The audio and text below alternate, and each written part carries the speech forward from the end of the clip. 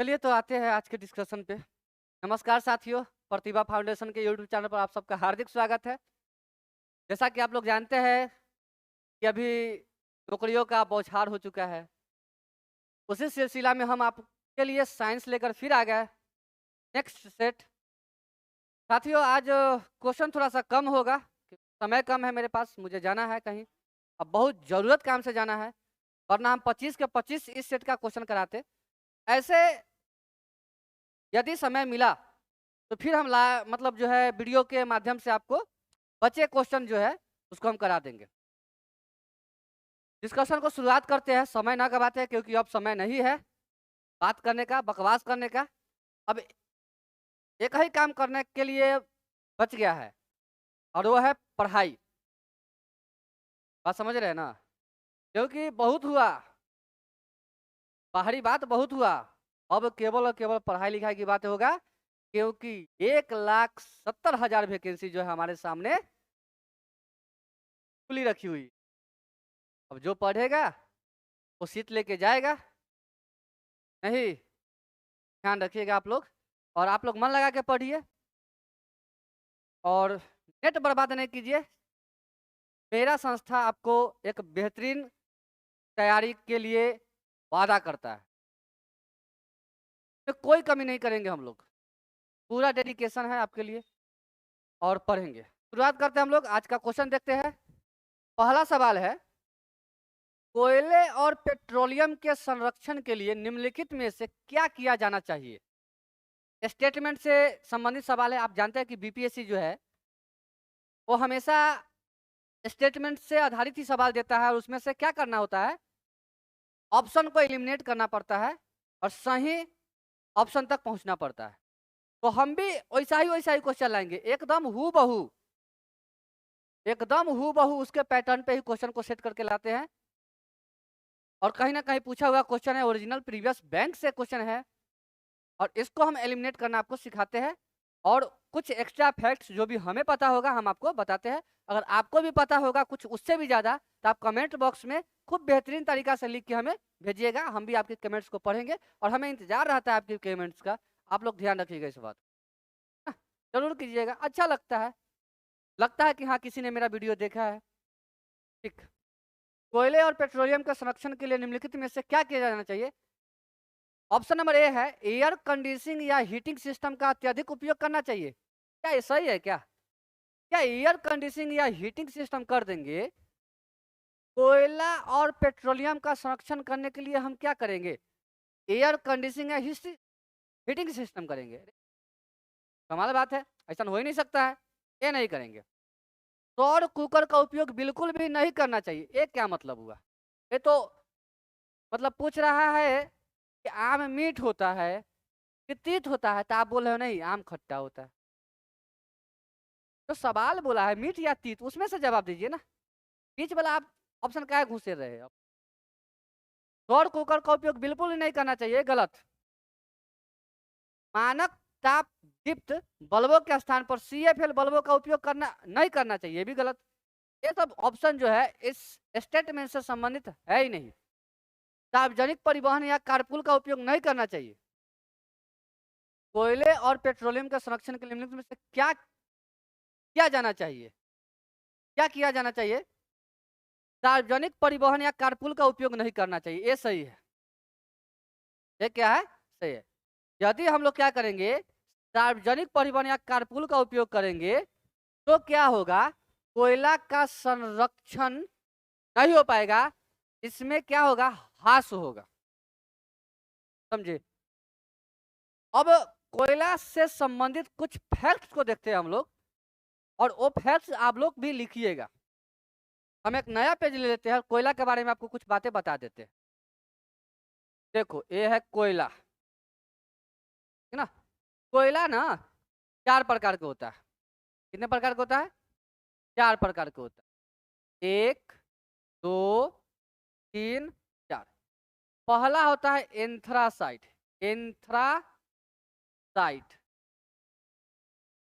दूसरा होता है बिटुमिनस। क्या होता है? बिटुमिनस। तीसरा होता है लिग्नाइट। लिग्नाइट। नाइट, और चौथा होता है पीट। ये 4 प्रकार के कोयला होता है जिसमें अलग अलग कार्बन की प्रतिशत के हिसाब से मात्रा होती है। जैसे इसमें जो होता है 90 से 95% तक कार्बन, इसमें 75 से 85% तक कार्बन होता है। आपको ये डाटा में वेरिएशन मिल सकता है, अलग अलग बुक में अलग अलग भी मिल सकता है, लेकिन हम इसीलिए रेंज रख दी है कि इतना रेंज तक होता है। इसमें 40 से 60% तक कार्बन आपको प्रतिशत में मिलेगा, और पीट में 20 से 30% तक आपको कार्बन। अब आपको बताते हैं सबसे उत्तम प्रकार का जो कोयला होता है वो होता है एंथ्रासाइट। सबसे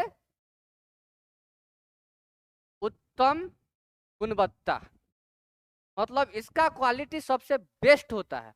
उसके बाद बिटुमिनस का आता है नंबर, और एंथ्रासाइट्स और बिटुमिनस दोनों प्रकार के जो कोयला है सबसे ज्यादा यूएसए में होता है। कहाँ होता है? यूएसए, मतलब यूएसए मतलब अमेरिका, सब कहाँ? अमेरिका में होता है, ठीक ना।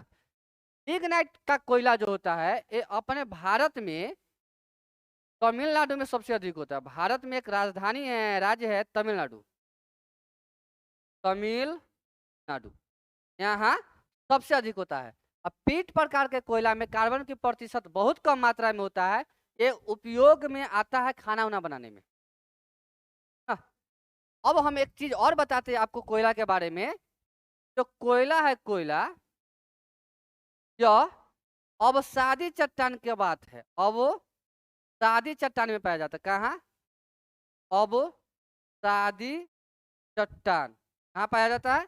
अवसादी चट्टान में पाया जाता है। ठीक है, ये भी एक फैक्ट है। एक चीज और हम आपको बता दें, कोयला जो होता है, कोयला विश्व में हम आपको 2 डाटा देते हैं। एक तो विश्व में, एक कहाँ देते हैं? वर्ल्ड में, और एक देते हैं भारत में। नहीं, अगर विश्व की बात करें, विश्व के हिसाब से रैंकिंग का देखा जाए तो ये रैंकिंग क्या होता है? पहले चीन आता है, मतलब सबसे अधिक कोयला कहाँ? चीन। दूसरा अमेरिका, और तीसरा नंबर स्थान रखता है भारत कोयला के संग्रहण में। ऐसा यदि तुम भारत की बात करो तो ये हो गया अपना देश, देश भारत।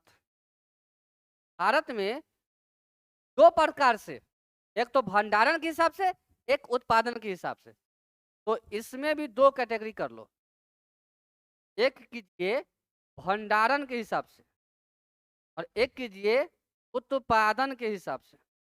भंडारण के हिसाब से सबसे अधिक कोयला जो है झारखंड में होता है, झारखंड में। उसके बाद होता है उड़ीसा में। उसके बाद कहाँ होता है? उड़ीसा में। 2 नंबर में लिखिएगा उड़ीसा। तीसरा नंबर आता है इसका स्थान छत्तीसगढ़। यदि उत्पादन के दृष्टिकोण से देखा जाए तो सबसे अधिक उत्पादन अपने भारत में कोयला छत्तीसगढ़ में होता है, छत्तीसगढ़। उसके बाद दूसरा स्थान रखता है झारखंड, और तीसरा स्थान रखता है, क्या है हो बाबा? उड़ीसा। क्या रखता है? इतना बातें आपको पहले जानकारी होना चाहिए, इस बात को ध्यान में रखिएगा। बढ़े आगे, चलिए इस क्वेश्चन का डिस्कशन जो है इतना था। सवाल क्या था, क्या आंसर मार दिए थे? उसके बाद डिस्कशन ये था जो आप लोगों को करना था। और अगला क्वेश्चन देखिए, ए, नीचे दिए गए कथनों पर विचार कीजिए और सही उत्तर का चयन कीजिए। मतलब 2 कथन दिया है, हम बोले बार बार कि बीपीएससी लेवल का क्वेश्चन हमने सेट किया है, और इससे भी टफ क्वेश्चन सेट करेंगे हम। मेरा उद्देश्य आपका सफलता है, न कि आपको अपने चैनल पर बुलाकर समय बर्बाद करके छोड़ दे ना। ये काम हमसे नहीं होगा, और क्वेश्चन का लेवल तो कमजोर होगा ही नहीं, कभी नहीं करेंगे हम। मेरी पहचान ही लेवल के हिसाब से है, सब जानता है इसका लेवल हाई है। हम लो लेवल पे बात ही नहीं करते, जब भी क्वेश्चन पे बात करेंगे तो हाई लेवल। या तो बीपीएससी, यूपीएससी इस लेवल का क्वेश्चन का पर हम चर्चा करते हैं। कि बिहार पुलिस के क्वेश्चन पर हम चर्चा भी नहीं करते सही से, क्योंकि वो मतलब ऑब्जेक्टिव क्वेश्चन है, स्पीडी से भी लग जाता है वो आसानी से।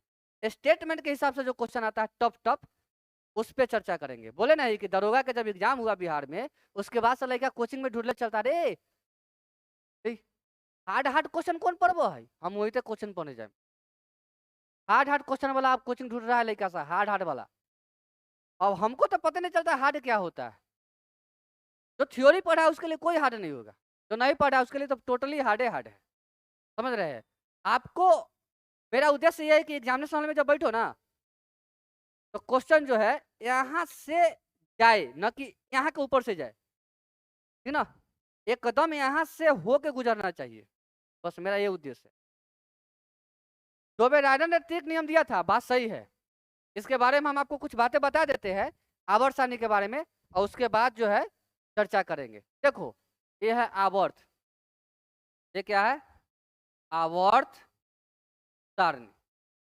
सबसे पहले आवर्त सारणी को सजाने का प्रयास डोबे-रायडर ने किए थे।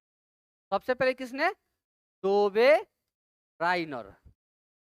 एक कहाँ के वैज्ञानिक थे? जर्मनी के वैज्ञानिक थे। और कब किए थे? 1817 ईस्वी में। इन्होंने क्या किया? सजाने का कोशिश किया। इन्होंने सजाने के लिए क्या किया? तत्वों के परमाणु द्रव्यमान, परमाणु द्रव्यमान। कहीं कहीं मेरे साथी भार भी लिख सकता है आपको, तो आप लोग भार भी याद रखना। इसे आरोही क्रम में सजाए। क्या किए? आरोही क्रम में सजाए। उसके बाद पहला तत्व का गुण, पहला तत्व और अंतिम तत्व, पहला तत्व और अंतिम तत्व, इस दोनों का योग का औसत निकाले। जैसी औसत निकाले तो बीच वाला संख्या, बीच वाला तत्वों का गुण आ जाता था, तत्वों का गुण आ जाता था। इन्होंने भी क्या किया? कुछ दिया तत्व और सजाने की कोशिश किया। जैसे कौन कौन तत्व लिए से हम आपको बता देते हैं।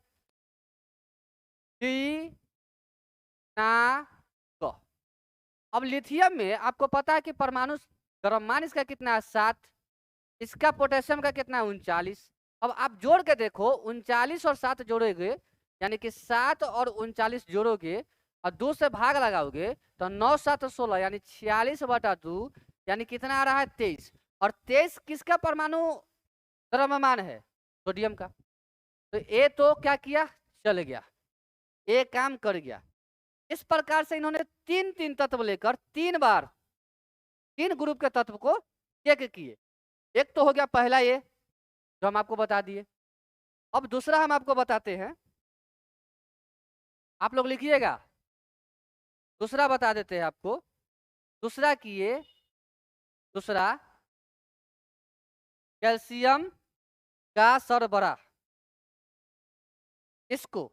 और तीसरा किसको किए? कल बरात। कैल्शियम का परमाणु द्रव्यमान कितना होता है? 40। बेरिलियम का कितना होता है? 137। जब इस दोनों को जोड़े ही तब इनको मिला कितना? 88.5।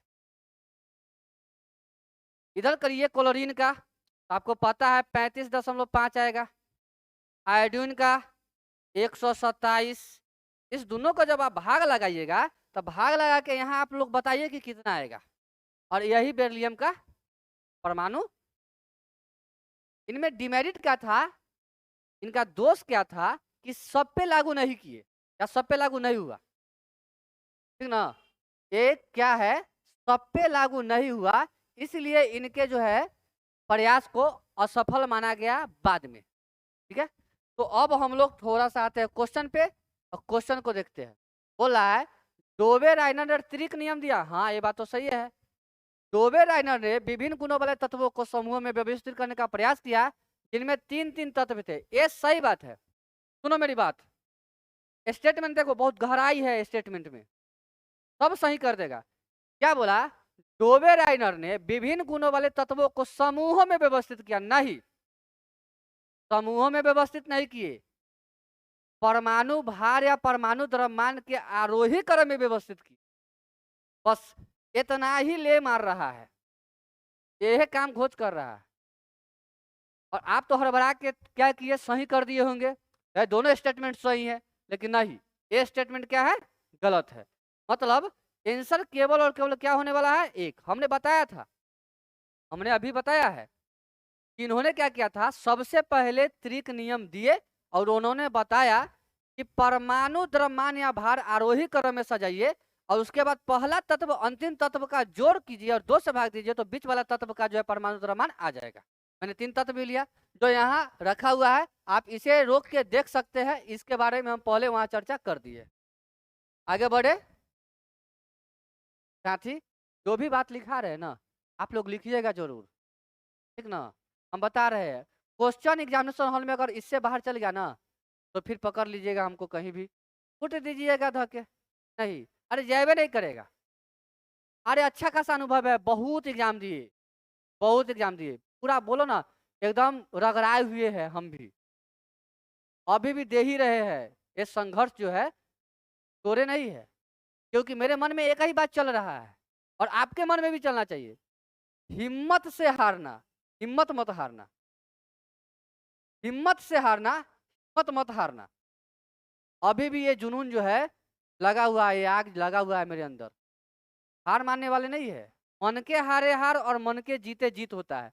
जो इंसान मन से हार गया उसका हार तय है, जितने के बाद भी हार है उसका। तो मन से हारे हार और मन के हारे मन के जीते जीत होता है। इस सवाल को देखिए, निम्नलिखित में से क्या पारिस्थितिक तंत्र का एक जैविक घटक नहीं है? अच्छा, सवाल क्या बोला है? जैविक घटक नहीं है। हम आपको ना पारिस्थितिक तंत्र के बारे में आज पूरा पढ़ाइए देते हैं और आप लोग पर्यावरण की किताब में इसके बारे में पढ़ लीजिएगा। यहाँ से एक सवाल डन, लिख लीजिए, 100% डन। टीचर बहाली में अगर पारिस्थितिक तंत्र से सवाल नहीं आया तो सोच लीजिए हम चैनल पर आना बंद कर देंगे, पक्का आना बंद कर देंगे। आएगा ही आएगा, हमको पता है आएगा ही आएगा। पारिस्थितिक पारिस्थितिक तंत्र, इसका इंग्लिश होता है इको सिस्टम। क्या होता है? इकोसिस्टम। ये अपना इकोसिस्टम है। इसके बारे में सर्वप्रथम किसने बताया? सर्वप्रथम इकोसिस्टम शब्द जो था ये दिए एजी टांसले। कौन दिए? एजी टांसले। कब दिए? ये दिए थे 1935 में। कब दिए? 1935। देखिएगा 1935 है कि 1835 है? 1935 है जहां तक हमको लगता है कि है ना। आगे हम आपको बता दें, पारिस्थितिक तंत्र जो है इसमें 2 प्रकार के घटक होते हैं। एक होता है जैविक घटक, जैविक घटक, और एक होते हैं अजैविक घटक। अजैविक, नोट डाउन करते चलिएगा आप लोग। जैविक घटक में जो है क्या क्या आता है से बताते हैं। क्या नया पेज नहीं लिए थे क्या? नया पेज ले लेना चाहिए था ना। चलो इसी पे समझाते हैं। जैविक घटक में आपको मिलेंगे पादप, जंतु और सूक्ष्म जीव। क्या क्या मिलेंगे? सूक्ष्म, ठीक ना। अजैविक घटक में 3 प्रकार के अजैविक घटक होंगे आपको। इसमें भी क्या क्या मिलेंगे आपको अजैविक घटक में? कार्बनिक, कार्बनिक, दूसरा है अकार्बनिक। इतना अच्छा सा चैप्टर कोई नहीं पढ़ाएगा, हम लिख के दे देते हैं, कॉपी किताबें में मिलेगा। और भौतिक। देखिए पादप में किस प्रकार के? पादप में भी 3 प्रकार के श्रेणी आते हैं। पादप में भी कितने प्रकार के? 3 प्रकार के। हम आपको क्या करें, तो बोर्डे छूट हो जाता है, हम तो चैप्टरे पढ़ा देते पूरा। चलो कोशिश करते हैं। पादप में कितना प्रकार के? 3 प्रकार के। तो लिख लो, 1 2 3। एक आता है उत्पादक, उत्पादक जिसमें पौधा आ जाएगा, ये उत्पादक होता है, ठीक ना। उसके बाद आएगा उपभोक्ता, उपभोक्ता। उपभोक्ता ना 3 प्रकार का होता है। कितना प्रकार के? 3 प्रकार के। एक होता है प्राथमिक उपभोक्ता, तृतीयक उपभोक्ता, आयुष पानी लाओ तो, और तीसरा होता है तृतीयक उपभोक्ता। तृतीयक उपभोक्ता। प्राथमिक उपभोक्ता जो होता है वो होता है शाकाहारी। कंप्लीट करने दो इसको। तृतीयक उपभोक्ता जो होता है वो होता है मांसाहारी। और तृतीयक उपभोक्ता जो होता है वो होता है उच्च मांसाहारी। उच्च मांसाहारी जिसको हम लोग सर्वभक्षी बोलते हैं। सर्वभक्षी मतलब सब कुछ खाएगा। और तीसरा होता है अपघटक। अपघटक में यही लोग आ जाएंगे कवक, जीवाणु, विषाणु। फोटो रहा है क्या? नहीं दिख रहा है क्या? देखते चलो मेरे साथ। अथी नहीं है, पेज को ऊपर करने वाला सिस्टम नहीं था ऐसे। ये सिस्टम का कोशिश करो लाने का। ये छोट बार बार जूम करके छोट करना ठीक नहीं लगता। क्या क्या आएगा? उससे क्या होगा कि बच्चा लिखता चला जाएगा, हम ऊपर मुँह करते चले जाएंगे। समझे? कवक हो गया, जीवाणु, जब बोर्ड है ये है अपने पास, विषाणु, ETC कर लेते हैं। ये सब अपघटक है, ठीक है। अच्छा, अब थोड़ा सा कार्बनिक और कार्बनिक भौतिकी को देखते हैं इधर। थोड़ा सा इधर लेके आते हैं और इसको यहाँ कर लेते हैं, इसको रहने दीजिए। और जैविक घटक को हम लोग यहाँ कर लेते हैं। इसमें 3 प्रकार का आया था ना, कार्बनिक, अकार्बनिक और कार्बनिक। अकार्बनिक और लास्ट है भौतिक, है ना। कार्बनिक में क्या क्या आएगा? कार्बनिक में वो आएगा जिसमें कार्बन होता है। जैसे आप लोग लिख सकते हो मृदा, जो अजैविक घटक है, जो अपने सवाल में यही पूछा था। मृदा हो गया, जल हो गया, उसके बाद आपको मृदा हो गया, जल हो गया। फिर अकार्बनिक में आइए। अकार्बनिक में आपको मिल जाएगा जैसे प्रोटीन हो गया, इसमें वायु भी आ जाएगा। प्रोटीन हो गया, इसमें वसा हो गया, कार्बोहाइड्रेट हो गया, कार्बोहाइड्रेट, हाइड्रेट, फिर लवण हो गया, ETC कर लो। ये सब अकार्बनिक में था। और भौतिकी में क्या आता है? भौतिकी में आएगा तापमान, ऊर्जा, विद्युत, प्रकाश, ETC कर लो। ये सारे बातें जो होता है जैविक अजैविक का झोल है। तो पारिस्थितिक का पूरा झोल समाप्त नहीं। ये ना होता है पढ़ाने का तरीका। अब खाली ऑप्शन में टिक करा दिए, चल गए, हाँ बहुत अच्छा टीचर है ये तो। ए पगला, जब तक पूरा डिस्कशन है हुआ, चैप्टर समाप्त हो गया, एगो इकोलॉजी पूरा खत्म। अब थोड़ा बहुत इन्होंने बचलो हुआ होगा, इंडमान का नियम ये सब, तो कोई क्वेश्चन दोसर धरेगा तो उसमें करा देंगे। नहीं, पूरा चैप्टर एक बार बोले नहीं, अगर कोई एक ऑप्शन धर लेंगे ना तो पूरा चैप्टर समाप्त कर देंगे। कोई एक ऑप्शन पकड़ाने दो हमको, चैप्टर का रफा दफा। इसलिए कहते हैं कि लेवल कमजोर मेरा हो ही नहीं सकता है, हम करवे नहीं करेंगे लेवल कमजोर। अब थोड़ा सा एक और नया पेज ले लेते हैं और हम आपको जानकारी देते हैं इकोलॉजी के बारे में। इको, LOGY, इकोलॉजी शब्द का अर्थ, इसका जो है सर्वप्रथम शब्द का प्रयोग, सर्वप्रथम, लाओ तो पानी, बहुत गर्मी है सरकार, ये किया था अर्नेस्ट हेकल। अर्नेस्ट हैकल, हैकल 1866 ईस्वी में, 1866 ईस्वी में इकोलॉजी शब्द का प्रयोग किया गया था। अब सवाल को देखते हैं हम लोग बैक आते हैं, सवाल देखते हैं। हाँ बिल्कुल, सवाल देख लेते हैं। सवाल कहाँ है, उसका आंसर नहीं ना लगाए हम लोग। अब देखो ना भाई, आंसर तो अपने कहेगा हम आ गए। अरे सवाल कहाँ चलिए, ये सवाल है जूम किया हुआ है, जिसके कारण से छोटा दिख रहा है, हम आपको जूम करके बड़ा कर देते हैं और क्वेश्चन को दिखाते हैं। निम्नलिखित में से क्या पारिस्थितिक तंत्र का एक जैविक घटक नहीं है? तो हम आपको इसके बारे में बताया ना, कौन सा जैविक घटक नहीं है, तो हम बता दिया कि मृदा जैविक घटक, जो जिंदा ही नहीं है, जैविक घटक कैसे होगा? अरे मेढक जिंदा है, पुष्प कीट ये सब जीवित प्राणी है, इसलिए ये जैविक घटक है। मृदा प्रकाश ये सब अजैविक घटक में आता है। बढ़ जाए आगे, चलिए अगला सवाल है, निम्न में से कौन सा तत्व सर्वाधिक अभिक्रियाशील है? साथियों थोड़ा सा हम आपसे माफी चाहेंगे, बहुत गर्मी है और स्टूडियो में लाइट इतना है जिसका कोई हद हिसाब नहीं है। आप लोगों के बीच आने के लिए हम लोगों को कितना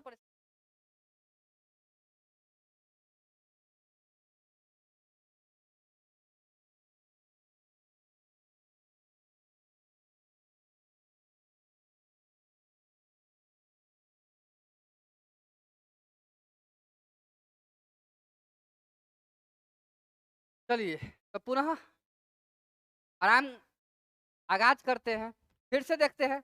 हम लोग बात करते हैं विषय वस्तु पे, बारी बात नहीं करेंगे, समय नहीं मेरे पास भी, निकलना है। को ना का मग अल जन फेबी पीबी एच कु हग अग औ, इसमें बता रहे हैं कि सबसे अधिक अभिक्रियाशील पोटेशियम होता है और सबसे कम सोना होता है। ठीक है, तो यहाँ देखिए तो आंसर है, निम्न से कौन सा तत्व सर्वाधिक अभिक्रियाशील है? क्या देखो तो, पोटेशियम है? नहीं। पोटेशियम के बाद सोडियम है? नहीं। कैल्शियम है? हाँ है। यानी कि इससे कैल्शियम से पहले क्या क्या आता? पोटेशियम आता और सोडियम आता, यही ना? तो ये दोनों ऑप्शन में नहीं है, जब ऑप्शन में नहीं है तो नहीं लेंगे, इसके बाद जो है उसका नंबर आ गया नहीं।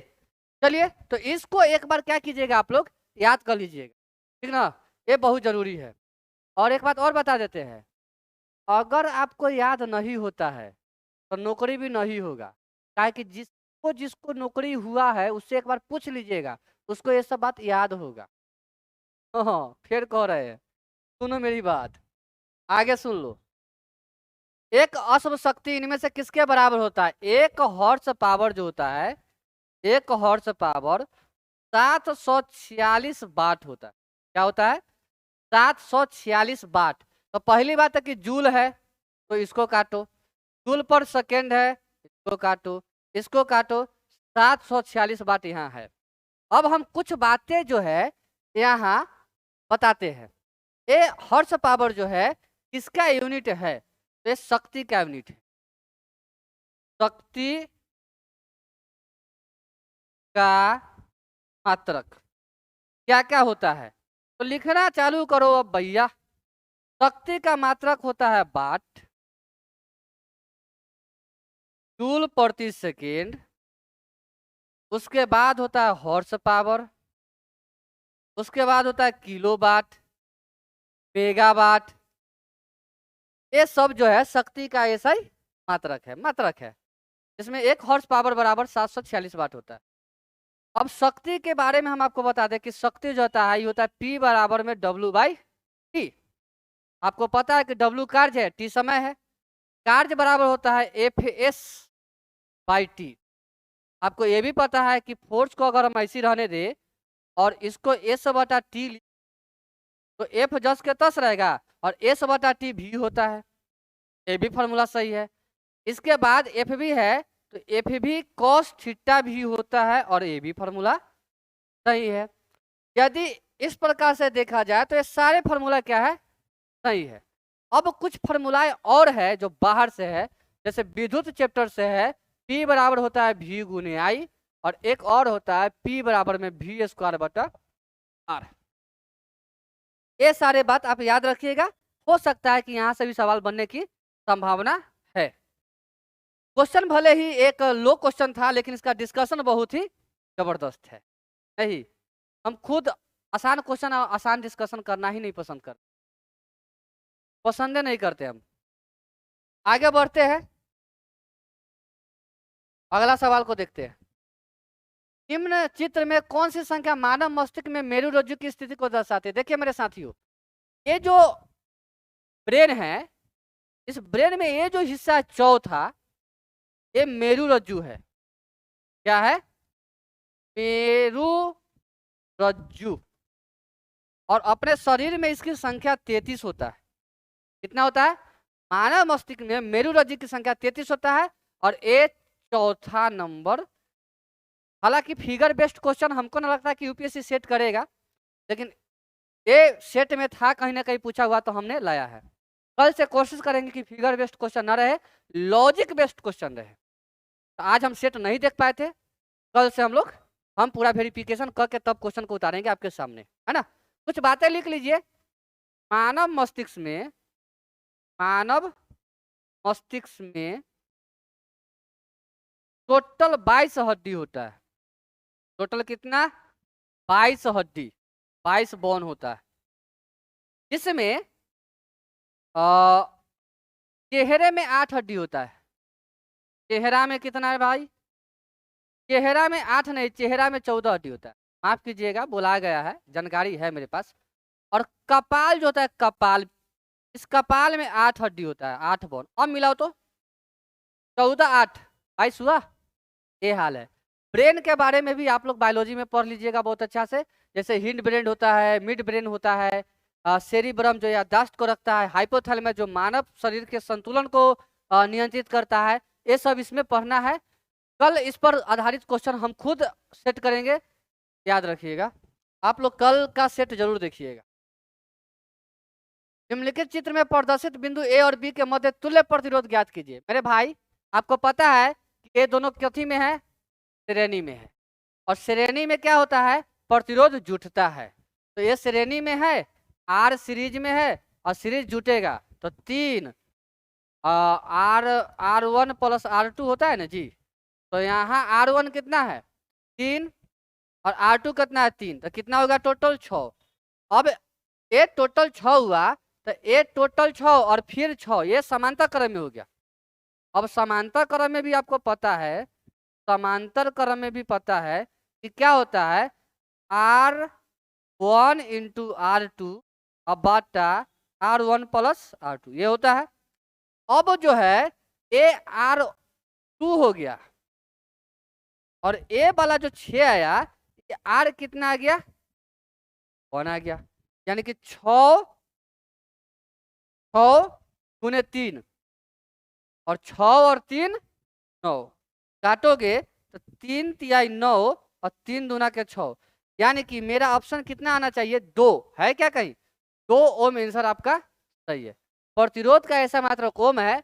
प्रतिरोध निम्नलिखित बातों पर निर्भर करता है। सब के बारे में इससे पहला जो वीडियो डलाया था उसमें बता रखे हैं, पूरा प्रतिरोध को कचरा किए हैं। आप लोग जाके एक बार उस कचरा को देख लीजिए, और वही कचरा आपको महकते हुए फूल बना देगा, कमल के फूल की तरह। कचरा में न कमल खिलते हैं, तो याद रखिएगा, हमने कचरा किया है आपको कमल के फूल की तरह सुगंधित बनाने के लिए। पौधों में अपशिष्ट उत्पाद के रूप में ऑक्सीजन कब और कैसे उत्सर्जित होता है? रात के समय प्रकाश संश्लेषण के द्वारा। रात के समय प्रकाश का संश्लेषण होता है, हम भी बताएंगे, सब चर्चा करते हैं। पहले ऑप्शन छाट लेते हैं। दिन के समय प्रकाश संश्लेषण के द्वारा सबसे अच्छा ऑप्शन यही है कि दिन के समय प्रकाश का संश्लेषण करेंगे और उस समय अपशिष्ट उत्पाद के रूप में ऑक्सीजन बनाएंगे। जैसे आपको पता है 6CO2 प्लस 12H2O, जब ये हिस्सा मिलता है क्लोरोफिल की उपस्थिति में और सूर्य के प्रकाश की उपस्थिति में, क्लोरोफिल और यहाँ है सनलाइट, दैट मीन्स सूर्य के प्रकाश, तब हमको प्राप्ति होता है C6H12O6 और प्लस में 6O2 और प्लस में 12H2 नहीं 6H2, तब 6 से 6 प्राप्त होगा। अब याद रखना, कभी भी पूछेगा कि ऑक्सीजन, देखो इसमें 2 बातें पूछेगा जो सबसे आसान है। एक तो ये पूछेगा कि प्रकाश संश्लेषण में किस किस चीज की जरूरत होता है, तो हम आपको लिख देते हैं। प्रकाश संश्लेषण में प्रकाश संश्लेषण में आवश्यक पदार्थ। देखो ना भाई, क्या क्या है? CO2 और H2O, फिर क्लोरोफिल और चौथा क्या है? सनलाइट मतलब सूरज का प्रकाश। और उत्पाद के रूप में क्या मिलता है, ये भी पूछेगा कि हमें प्रकाश संश्लेषण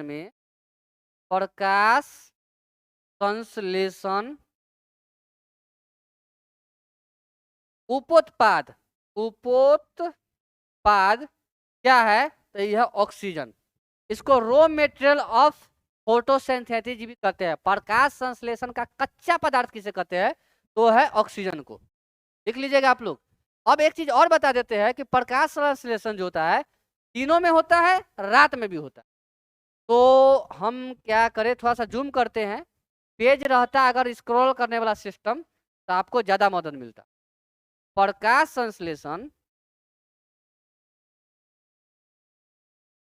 संश्लेषण दो भागों में होती है। एक तो होता है प्रकाश की उपस्थिति में, मतलब प्रेजेंट ऑफ प्रकाश, और एक होता है प्रकाश के अनुपस्थिति में। प्रकाश के अनुपस्थिति, ये है उपस्थिति में। प्रकाश के उपस्थिति में जो फोटोसिंथेसिस का प्रक्रिया होगा जो होगा ग्रेना में, और प्रकाश के अनुपस्थिति में जब होगा तो ये होगा स्ट्रोमा में। कहाँ होगा? स्ट्रोमा। प्रकाश संश्लेषण से संबंधित इतनी बातें आपको जानकारी लेना था, चलिए अब बढ़ते हैं अगला सवाल में। आंसर मारे। चलिए 9 नंबर सवाल देखिए। एक वस्तु को एक अवतल लेंस के मुख्य फोकस पर रखा गया है, इनमें से कौन सा विकल्प प्रतिबिंबित अभिलक्षणों को निर्मित करता है? अच्छा, कहाँ रखा है? फोकस पर। हम आपको ना एक छोटा सा ट्रिक बता देते हैं। ऐसे आप जाइए प्ले लिस्ट में, लाइट चैप्टर का एक एक क्वेश्चन का डिस्कशन बेहतरीन किया हुआ है, आप जाओ घूम फिर के देख लो, और वो भी आपको एग्जाम के लिए बहुत ज्यादा मददगार होने वाला। ट्रिक क्या है? कोई भी वस्तु को अगर हम जब फोकस पर रखेंगे, कहीं भी अवतल दर्पण में रखो चाहे उत्तल पे रखो, तो इसका प्रतिबिंब जो है अनंत पर बनेगा। कहाँ बनेगा? और अगर अनंत पर रखेंगे तब कहाँ बनेगा? फोकस पर। मतलब फोकस पर रखेंगे तो अनंत पर, अनंत पर रखेंगे तो फोकस पर। वक्रता केंद्र पर रखेंगे, वक्रता केंद्र पर रखेंगे तब जो प्रतिबिंब है वक्रता केंद्र पर बनेगा, वक्रता केंद्र पर बनेगा। और अगर ये दोनों स्थिति हमको पता है तब बनेगा वास्तविक। और वास्तविक हमेशा कैसन होता है? उल्टा बनेगा। अच्छा, छोटा बनेगा कि बड़ा बनेगा इसके बारे में बता देते हैं। अगर वस्तु को हम अनंत पर रखेंगे तब प्रतिबिंब बनेगा छोटा, और अगर फोकस पर रखेंगे तब बनेगा बड़ा। और ऐसे अगर नहीं मानिएगा तो आप जाइए और क्या कीजिए, यूट्यूब पर हमारे ही चैनल पे प्ले लिस्ट जाइए और देखिए, और लाइट चैप्टर का 127 क्वेश्चन कराया हुआ है, उसको कीजिए। इसको ना और बेहतरीन तरीका से समझाइए। तो हम शॉर्टकट मार दिए, आज हमको जाना है इसलिए, नहीं तो हम पूरा डायग्राम बना के समझाते। मेरा इतना कमजोर नहीं है ऐसा टॉपिक, बस जान लीजिए। चलिए तो आंसर ढूंढ लीजिए। एक वस्तु को अवतल लेंस के मुख्य फोकस पर रखा जाता है। अच्छा, फोकस पर रखा है इसका मतलब कि उल्टा पता है। फोकस का उल्टा कहाँ होता है? अनंत। मतलब वास्तविक का उल्टा बनेगा, तो वास्तविक बनेगा मतलब काल्पनिक का तो कोई जगह नहीं है, पहली बात। उसके बाद कहाँ रखा है? फोकस पर। फोकस पर रखा है तो कैसा बनेगा? बड़ा। तो वास्तविक और कैसा बनेगा? बड़ा। आंसर तो इतना ही से मिल गया। इसका पोस्टमार्टम तो और भी ज्यादा तरीका से हम करते हैं, आज जाना है ना इसलिए थोड़ा सा हम हड़बड़ाए हुए। अगला सवाल, कहाँ जाना है? आज जाना है संघर्षा, बुलाहट है। आप लोग गलत नहीं समझिएगा, मतलब कहीं रिलेशन में बुलाहट है, चलना है हमको। विद्यालयों में यौन शिक्षा देने के महत्व को उजागर करने वाले कुछ कारणों का उल्लेख नीचे दिया गया है। गलत विकल्प का ये सवाल देखिए, इस सवाल में बहुत अच्छा मतलब जो है गहराई है। बच्चा को जो है तार्किक क्षमता की जांच करने के लिए ऐसा सवाल दिया गया है। पूछ रहा है कि विद्यालय में यदि यौन शिक्षा पढ़ाया जाए तो क्या प्रभाव पड़ेगा बच्चों के बीच में? क्या अपने शरीर में होने वाले बदलाव के बारे में जानकर किशोर या किशोरी एक दूसरे का मजाक उड़ाने लगेंगे? ऐसा है क्या? नहीं। कैला मजाक उड़ाएगा? अपना शरीर के बारे में जानने में किसी को मजाक उड़ाएंगे? अगर हम पढ़ेंगे कि हमारी दाढ़ी बढ़ गया, मोछ बढ़ गया, हम जवान हो गए, मतलब प्रोजेस्टेरोन हार्मोन काम करने लगा मेरा, तो ये मजाक उड़ाने वाली बात हो गई। तो अपने शरीर की प्रक्रिया को पढ़ रहे हैं हम, कोई मजाक नहीं उड़ाएगा। विभिन्न मिथकों और भ्रांतियों को दूर करना, ये भी नहीं। यौवना और अंग के दौरान होने वाले परिवर्तन के बारे में ज्ञान होना, हाँ ये सही है। और उससे ज्यादा ऑप्शन सही कौन है? किशोरों किशोरियों को यौन शोषण से बचाने में सहायक होना, इस सबसे बेस्ट ऑप्शन में से एक। अगर हम उस चैप्टर को पढ़ाएंगे और यौन शिक्षा दे देंगे तो जो नवयुवक है, किशोर एवं किशोरी, वो यौन शोषण से बच सकते हैं, यौन शोषण से बच सकते हैं, क्योंकि उनके पास जानकारी है, वो गलत रास्ता जाइबे नहीं करेंगे कहीं। बात समझ में आ रहा है? तो ये सबसे बेहतरीन ऑप्शन है, याद रखिएगा। आगे बढ़ जाते हैं, अगला सवाल देखते हैं। कौन सी आकृति फ्लोएम में भोजन की गति का सही निरूपण करती है? मेरे साथियों, आपको ऑप्शन दिख रहा है क्या? फिगर दिख रहा है क्या? इस फिगर में आप देखो, तीर का चिन्ह ऐसे ऐसे लगा हुआ है, पत्ती से ऐसे ऐसे तीर का चिन्ह लगा हुआ है, ऐसे ऐसे। बाकी सारे फिगर में नहीं है, इसलिए ये ऑप्शन नंबर 1, 2, 3 और ये चौथा है, और यही सही है। देखो, फ्लोएम के बारे में हम थोड़ा सा बता देते हैं। क्या है फ्लोएम? फ्लोएम, फ्लोएम में क्या होता है कि पौधों में खाद्य पदार्थ को दोनों दिशा में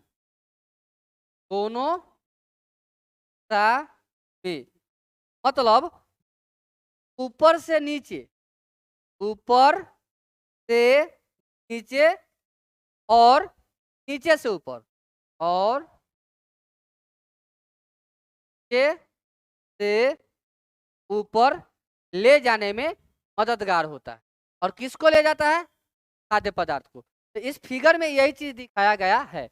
और ये जो है फ्लोएम जीवित कोशिका है, जीवित कोशिका है। ऑप्शन नंबर 4 पहले हो जाएगा। अब थोड़ा सा जाइलम के बारे में भी देख ही लेते, जब आ गया है तो।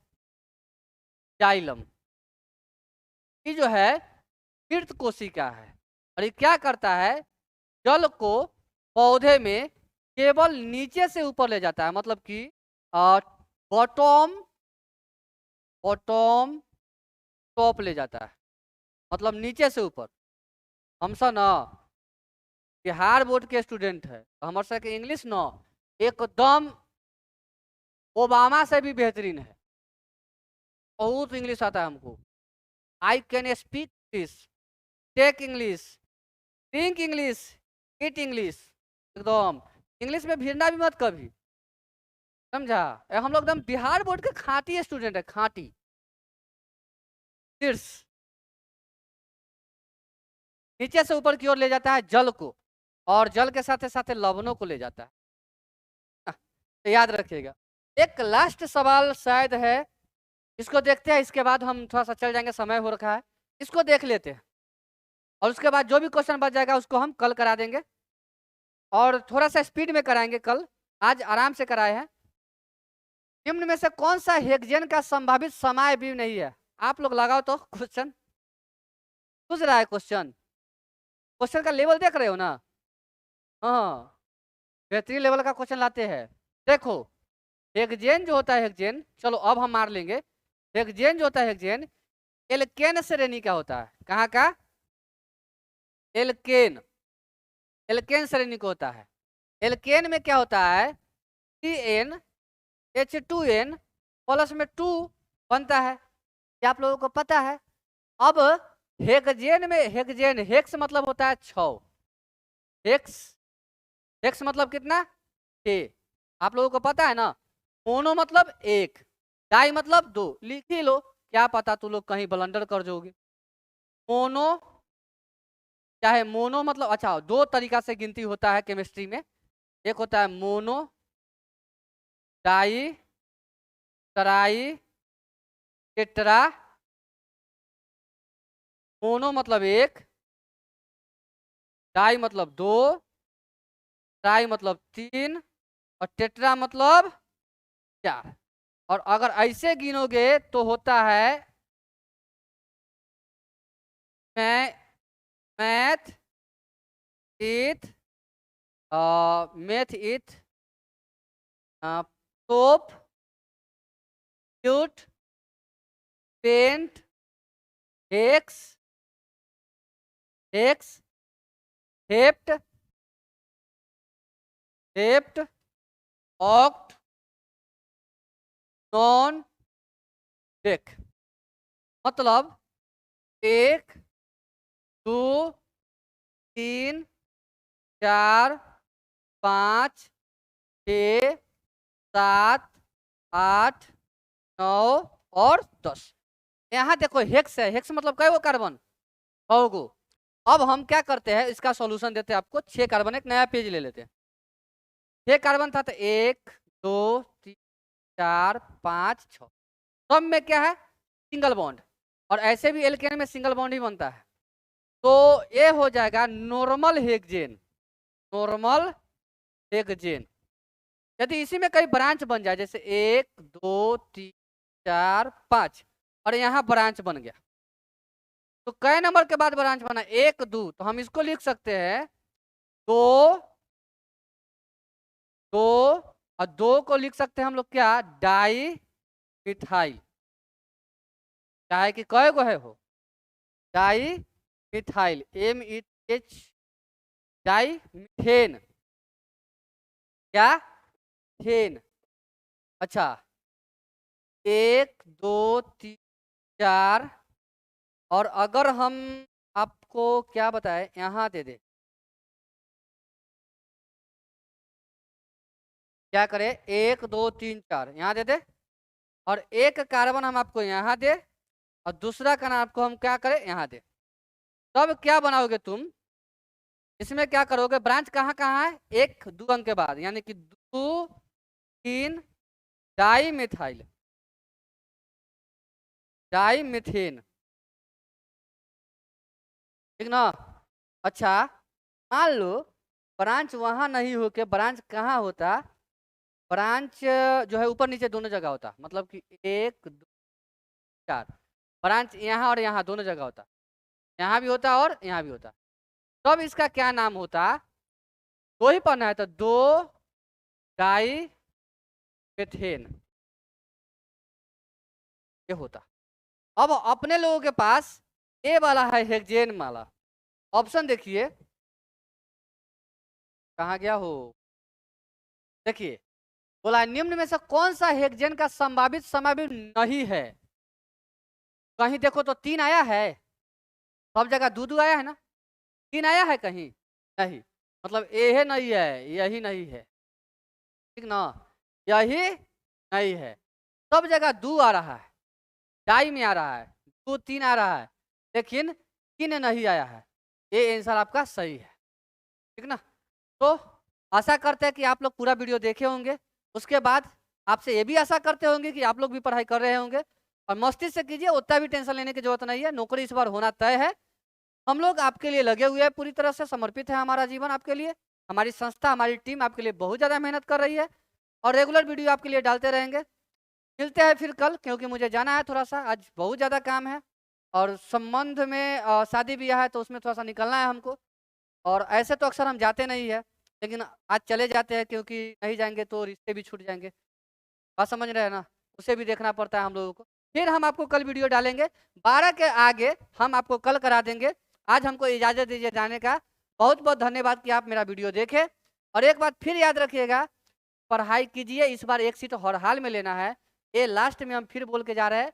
और 2 चीज़ें कीजिएगा, अपने देश के सैनिक को, शान को, और महिलाओं को सम्मान दीजिएगा। ये अपने देश का क्या है, शान है, आन है, बान है, शान है ना। धन्यवाद, मिलते हैं कल, कीप इट अप, आशा नहीं छोड़ना, नौकरी तो पक्का है। Love you all.